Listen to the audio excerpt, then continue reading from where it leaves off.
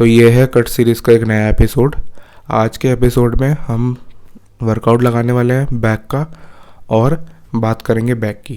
पर इससे पहले मैं आपको अपना वर्कआउट स्प्लिट समझा देता हूँ, जो भी नए लोग देख रहे हों। तो मेरा वर्कआउट स्प्लिट है 4 डे स्प्लिट, जिसमें मंडे को चेस्ट एंड शोल्डर, ट्यूसडे को लेग्स, वेडनेसडे को बैक, थर्सडे को आर्म्स। अब इस स्प्लिट के हिसाब से हमको फ्राइडे और सैटरडे, जो कि 2 दिन बच रहे हैं, उसका गैप लेना होता है, उसका रेस्ट लेना होता है। पर मैं रेस्ट नहीं लेता, मैं उसको रिपीट कर देता हूँ। मतलब फ्राइडे को चेस्ट एंड शोल्डर, सैटरडे को लेग्स। अब संडे को जिम्स वगैरह बंद रहती है, तो हम क्या अब संडे को जिम्स वगैरह बंद रहती है तो हम क्या करते हैं, मंडे को शिफ्ट कर देते हैं वो डे। तो मंडे को हमारा पड़ता है बैक, फिर ट्यूसडे को पड़ता है आर्म्स, फिर then repeat chest and shoulder, legs, back, arms. तो ये हमारा वर्कआउट स्प्लिट है। हर 2 हफ्ते में हर एक मसल 3 बार ट्रेन हो रही है। ये पुश पुल लेग से कम ट्रेनिंग दे रहा है हर एक मसल को, पर इसमें रिकवरी टाइम बहुत अच्छा मिल जाता है। और जब से मैंने इस वर्कआउट स्प्लिट को लगाना स्टार्ट किया है, तब से मुझ में इम्प्रूवमेंट बहुत बढ़ गई है। अब मैं पहले पुश पुल लेग्स भी ट्राई कर चुका हूँ, आर्नोल्ड स्प्लिट भी ट्राई कर चुका हूँ, और एक और स्प्लिट मैं लगाता था, वो मैंने काफ़ी टाइम तक लगाया, chest and arms, back and shoulder, legs, फिर देन रिपीट। पर उसमें प्रॉब्लम ये हो रही थी कि मेरे आर्म्स में ग्रोथ नहीं हो रही थी बिल्कुल भी। तो फिर मैंने इसको ट्राई करा कि आर्म्स को एक अलग दिन देते हैं। पर आर्म्स तो ग्रो हुए, इसके साथ साथ साथ में शोल्डर्स भी ग्रो हुए। तो इससे मुझे फोकस और जो मसल्स कमज़ोर है उस पर मुझे वॉल्यूम डालने का मौका मिल रहा है। तो ये बढ़िया है। वॉल्यूम थोड़ा मैनेज कर सकते हैं हम, इसमें ज़्यादा वॉल्यूम दे सकते हैं, क्योंकि हमें इसमें ये चिंता नहीं करनी होती कि अगर हमने ज़्यादा वॉल्यूम दे दिया तो रिकवरी में प्रॉब्लम आएगी, जैसे कि पुश पुल लेग्स में होता है। पर इसमें ऐसी कोई प्रॉब्लम नहीं आने वाली, आप इसको बेझिझक लगा सकते हो। मेरा ऐसा रूल है, जब भी कोई मसल डे, जैसे कि ले लो बैक ले लो, इस हफ्ते बैक पढ़ने वाला है 2 बार। कोई भी मसल ग्रुप अगर उस हफ्ते 2 बार पढ़ने वाला है तो मैं उसमें 12 सेट से ज़्यादा नहीं देता। पर अगर कोई एक मसल हफ्ते में 1 बार ही पड़ रही है, जैसे कि चेस्ट एंड शोल्डर और लेग्स, तो उसमें लेग्स का तो खैर हम वॉल्यूम स्पेसिफाई नहीं करते, चेस्ट की बात करते हैं। चेस्ट एंड शोल्डर्स में हम चेस्ट को सिर्फ 14 सेट ही देते, ठीक है। हालांकि एक दिन के हिसाब से ज़्यादा है, पर वो मैनेज हो जाता है। और शोल्डर्स के लिए हम उस दिन 6 सेट देते हैं। पर अगर वो 2 बार पड़ रहा होता हफ्ते में, तो उस हिसाब से हम वॉल्यूम मैनेज करते हैं। तो हम किसी किसी मसल पे वॉल्यूम ज़्यादा डाल सकते हैं, पर हमें वॉल्यूम मैनेज करना भी आना चाहिए। तो अभी हम अपनी मील लेंगे, फिर उसके बाद 1 घंटे बाद हम जिम को निकलेंगे। सोच रहा हूँ आज कार्डियो भी करा जाए, क्योंकि क्या है कि अभी ना जो वज़न है मेरा वो 115.30 kgs है।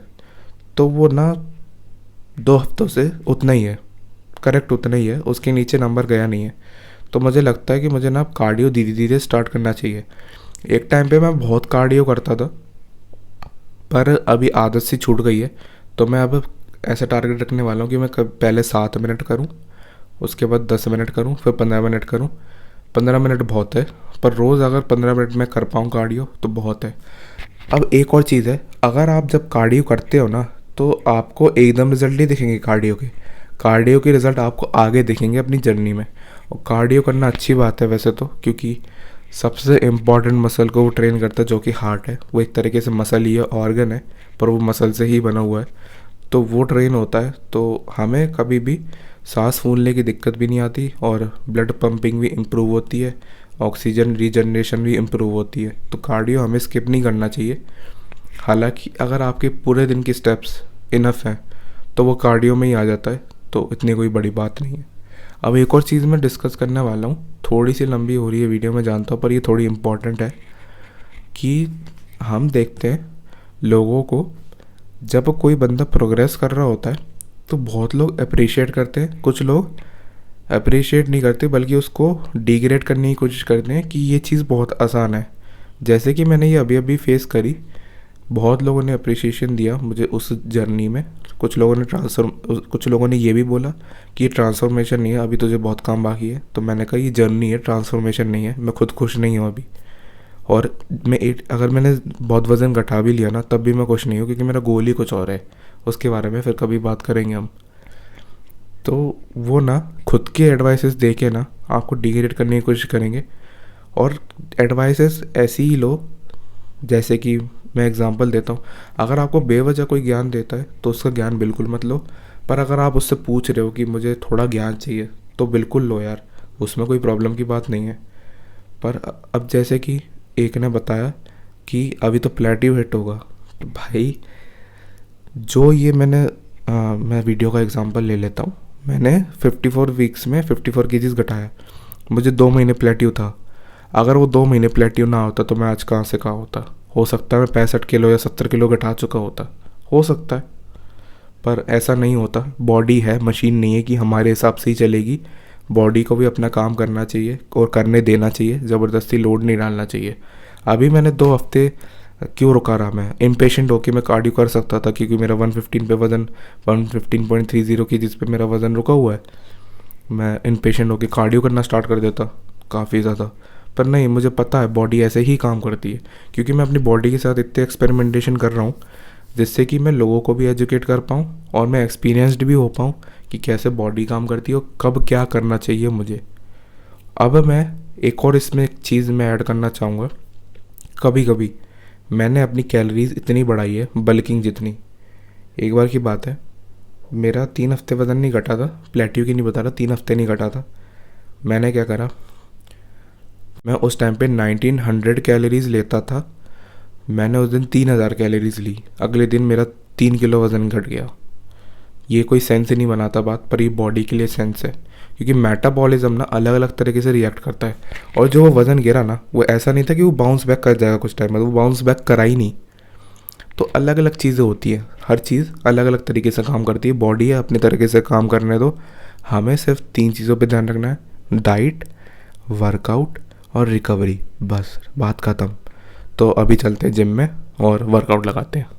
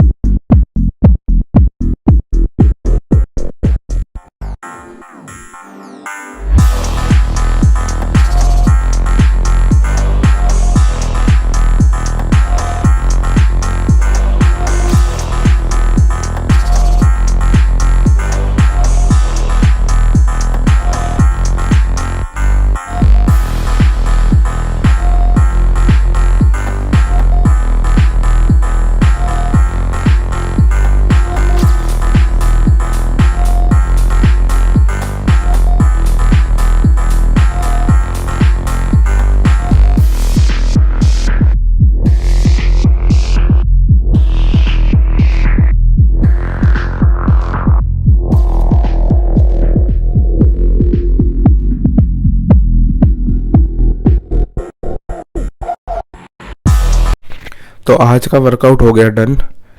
मज़ा आया आज के वर्कआउट में। मैंने बारबेल रोज़ में थोड़ा सा ईगो दिखाया, पर वो ईगो ऐसा था कि मैं अपने आप को इंजर्ड ना करूं, वो भी दिमाग में था, और मैं ज़्यादा वेट भी उठा पाऊँ। मैं पहले 85 केजीज़ तक, हाँ 85 केजीज़ से मैं बारबेल रोज़ करता था, पर मैंने अपनी फॉर्म आइडेंटिफाई करी तो वो सही नहीं थी, थोड़ा हमें और पैरेलल होना चाहिए। पर जब से मैंने वो फॉर्म को करेक्ट करा और पैरेलल हुआ तो मेरी स्ट्रेंथ बहुत घट गई बारबेल रोज़ में। मैं मतलब 50 केजीज़ पे 8 रेप्स पे नहीं निकल पा रहा। तो ये इसकी फ्रस्ट्रेशन की वजह से मैंने ये डिसीजन लिया कि मैं ना अब बारबेल रोज़ थोड़ा सा मोमेंटम का यूज़ करके लगाऊंगा, और मैंने वही करा। उससे मेरी अपर बैक बिल्कुल जल गई थी उस टाइम पे। और मैं बारबेल रोज़ हमेशा अपर बैक के लिए लगाता हूँ। लैट्स के लिए बेकार एक्सरसाइज है ये, टू बी ऑनेस्ट। लैट्स को ट्रेन करने के लिए हमेशा हमें ना स्टेबिलिटी वाली एक्सरसाइज करनी चाहिए, जैसे कि चेस्ट सपोर्टेड रोज़ या फिर डम्बल रोइंग, कोई भी जो आपको स्टेबिलिटी प्रोवाइड करे। अब बारबेल रोज़ में स्टेबिलिटी आपको नहीं मिलेगी। और हाँ, एक और चीज़ है, ये दूसरी मसल्स भी यूज़ करती है। आपकी लोअर बैक हो गई, आपकी हैमस्ट्रिंग्स हो गए, आपके ग्लूट्स हो गए, तो ये मसल्स भी काम करती है।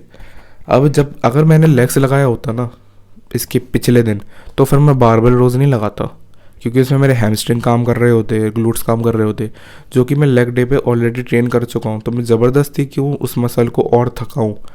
तो उस हिसाब से मॉडिफिकेशन करने भी हमें आने चाहिए। और परफॉर्मेंस बढ़िया थी आज, हमें ऐसा पावर था कि हम और एक्सरसाइज कर सकते थे और 3 घंटे के लिए कर सकते थे, मुझे ऐसा लग रहा था। पर ठीक है, कार्डियो हम नहीं कर पाए क्योंकि हम जिम थोड़ा लेट पहुँचे, तो जिम बंद होने लगी थी, तो कार्डियो में कर नहीं पाया। पर कल ज़रूर करेंगे हम कार्डियो। कल टाइम भी निकल जाएगा क्योंकि आर्म्स है, तो आर्म्स में इतना टाइम नहीं लगता। और कोई भी वर्कआउट ना, मैं कहूँगा 1.5 घंटे से ज़्यादा का मत रखना, क्योंकि ना बहुत लोगों का ये क्वेश्चन रहता है कि हमें वर्कआउट कितनी देर का करना चाहिए। आप वर्कआउट 1.5 घंटे से ज़्यादा का मत करो। 1.5 घंटा भी मैं बहुत बोल रहा हूँ। 1.5 घंटा इसलिए क्योंकि मुझे 1.5 घंटा लगा है, पर मैं उस टाइम पे रेस्ट बहुत लेता था। रेस्ट लेने का मतलब रेस्ट का जो टाइम है वो 3 से 4 मिनट 5 मिनट तक जाता था, इसलिए मुझे 1.5 घंटा लगता था। पर जब से मैंने रेस्ट टाइम कम करा, तब मेरा वर्कआउट 45 मिनट में भी ख़त्म हो जाता है। तो अब मैं रेस्ट की बात करूँ तो रेस्ट में इसलिए ज़्यादा लेता था, मैं सोचता था कि मसल्स तभी हमारी रेडी रहेगी। ऐसा नहीं है। आपकी जब ब्रेथ वापस आ जाती है ना, जनरली 2 मिनट में आ जाती है, ब्रेथ वापस आ जाती है जब आप रेडी हो जाओ कि हाँ मैं अब कर सकता हूँ, तब करो। आप ऐसे टाइम स्पेसिफाई मत करो कि एटलीस्ट 3 मिनट देना चाहिए। हो सकता है आप 1.5 मिनट में भी रेडी हो। तो ये पर्सन टू पर्सन डिपेंड करता है। इस चक्कर में मैंने अपना बहुत टाइम गंवाया और मेरी स्ट्रेंथ भी इसलिए इंक्रीज़ नहीं हुई। तो रेस्ट टाइम उतना रखो जितने में आप रिकवर कर जाओ एक नेक्स्ट सेट के लिए। तो आज का सेशन और आज का एपिसोड यही था। कल हमारा रहने वाला है आर्म्स। तब तक के लिए बाय।